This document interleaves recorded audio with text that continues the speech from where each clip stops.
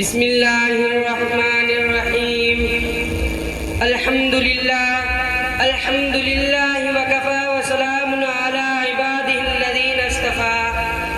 أما بعد فأعوذ بالله من الشيطان الرجيم. بسم الله الرحمن الرحيم. فلا تقل لهما أف ولا تنهرهما وقل لهما قولا كريما. وقال النبي صلى الله عليه وسلم الجنة تحت أقدام الأمهات. صدق اللہ ورسولہ النبی الکریم. میرے پیارے دوستو، آج کی اس مبارک مجلس میں میری تقریر کا عنوان والدین کا مقام ہے.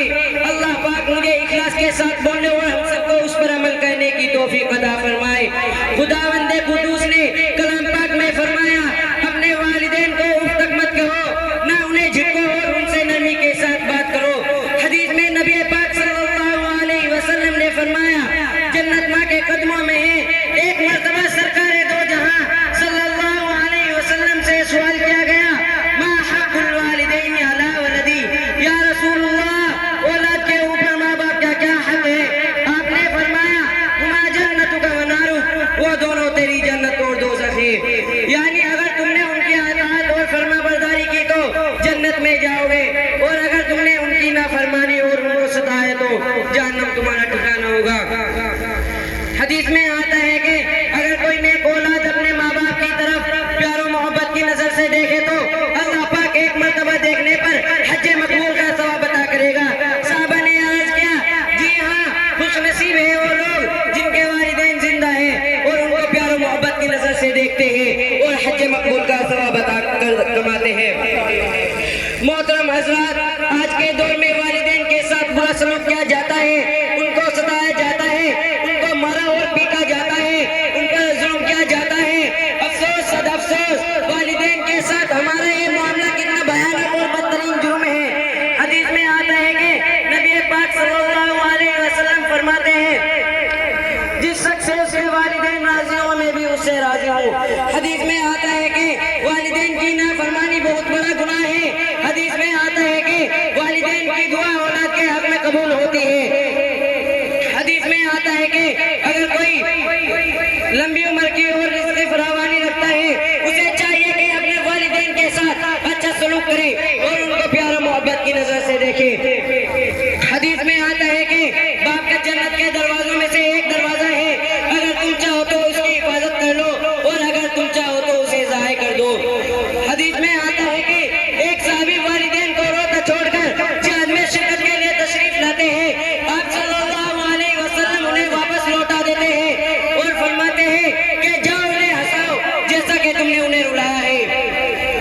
حدیث میں آتا ہے کہ سب سے اعلیٰ اور اونچا مقام رکھنے والے فرشتے جبرائیل امین علیہ السلام بدعا فرماتے ہیں کہ ہلاک اور برباد ہو جائے وہ انسان جس کے والدین اس کے سامنے زندہ ہو یا ان میں سے کوئی ایک بڑھاپے کی حالت میں ہو اور وہ اس کی خدمت کر کے اپنے آپ کو جنت کا مستحق نہ بنا لے. سید الانبیاء صلی اللہ علیہ وسلم نے اس بدعا پر آمین فرمایا. اور بزرگوں کا مقولہ ہے کہ اگر علم چاہتے ہو تو استاد کی خدمت کرو اور اگر دولت چاہتے ہو تو ماں باپ کی خدمت کرو. مسلمانوں، ایک مرتبہ حضرت حلیمہ سعدیہ رضی اللہ تعالیٰ عنہ تشریف لاتی ہے. حضور پاک صلی اللہ علیہ وسلم انہیں دیکھ کر کھڑے ہو جاتے ہیں اور اپنی چادر مبارک اتار کر حضرت حلیمہ سعدیہ رضی اللہ تعالیٰ عنہ کے قدموں میں بچھا دیتے ہیں. صحابہ اکرام حیران ہو جاتے ہیں کہ یہ کون خوش نصیب عورت ہے جس کے لیے ساری کائنات کے سردار محمد مصطفیٰ صلی اللہ علیہ وسلم نے اپنی چادر بچھا دی ہے.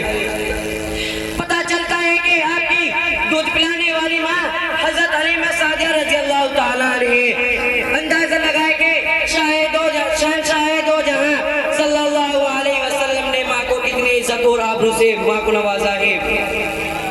حدیث میں آتا ہے کہ مسلمانوں، حضرت علقمہ رضی اللہ تعالیٰ عنہ جلیل القدر صحابی تھے، مگر وہ اپنی بیوی کے باتوں میں آ جاتے تھے اور بیوی کو ماں پر ترجیح دیتے تھے. اس عمل سے والدہ ناراض تھی.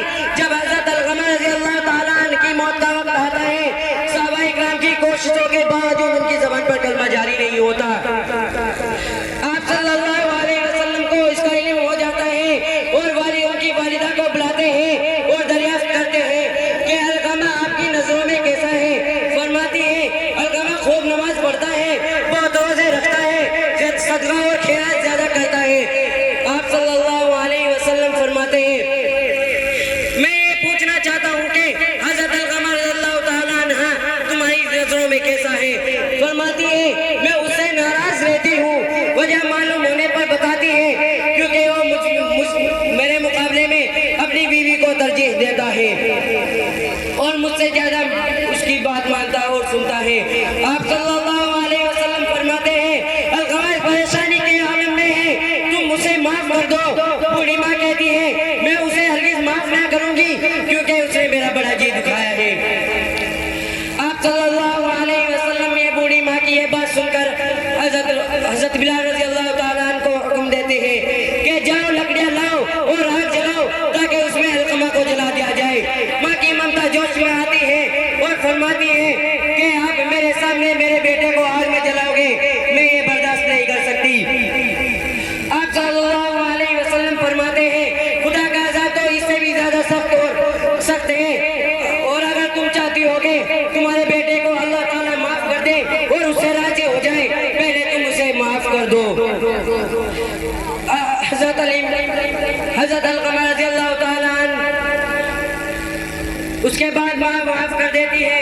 حضرت علقمہ رضی اللہ تعالیٰ عنہ کی زبان پر کلمہ جاری ہو جاتا ہے. آپ صلی اللہ علیہ وسلم حضرت علقمہ کو دفن کرنے کے بعد مدینے کے قبرستان میں فرماتے ہیں اے انصار و مہاجر,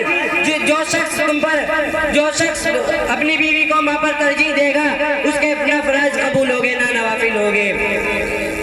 مسلمانوں, عربی کا مقولہ ہے کہ الانسان عبد الانسان, انسان احسان کا غلام ہے. بچہ ہمارے اوپر والدین کے اس قدر احسانات ہے کہ ہم پوری زندگی ان کا بدلہ نہیں چکا سکتے. بچہ پیدا ہونے سے پہلے مسلسل 9 مہینے تک ماں عمل اٹھائے پھرتی ہے, نہ دوڑ سکتی ہے, نہ کود سکتی ہے, نہ من پسند کھانا کھا سکتی ہے, حتیٰ کہ ہر چیز کا نظام دھرم برم ہو جاتا ہے. بچے کے پیدا ہونے کے بعد ماں اس کو دودھ پلاتی ہے, اس کو اپنے سے جدا نہیں کرتی, بار بار پاخانہ پیشاب کراتی ہے, گندے کپڑوں سے گندے کپڑوں کو بدلتی ہے. بچہ اگر بیمار ہو جائے تو رات بھر بیٹھ کر گزار دیتی ہے. انہی چند باتوں پر میں اپنی تقریر ختم کرتا ہوں. وما علینا الا البلاغ. بہت اچھا بھائی.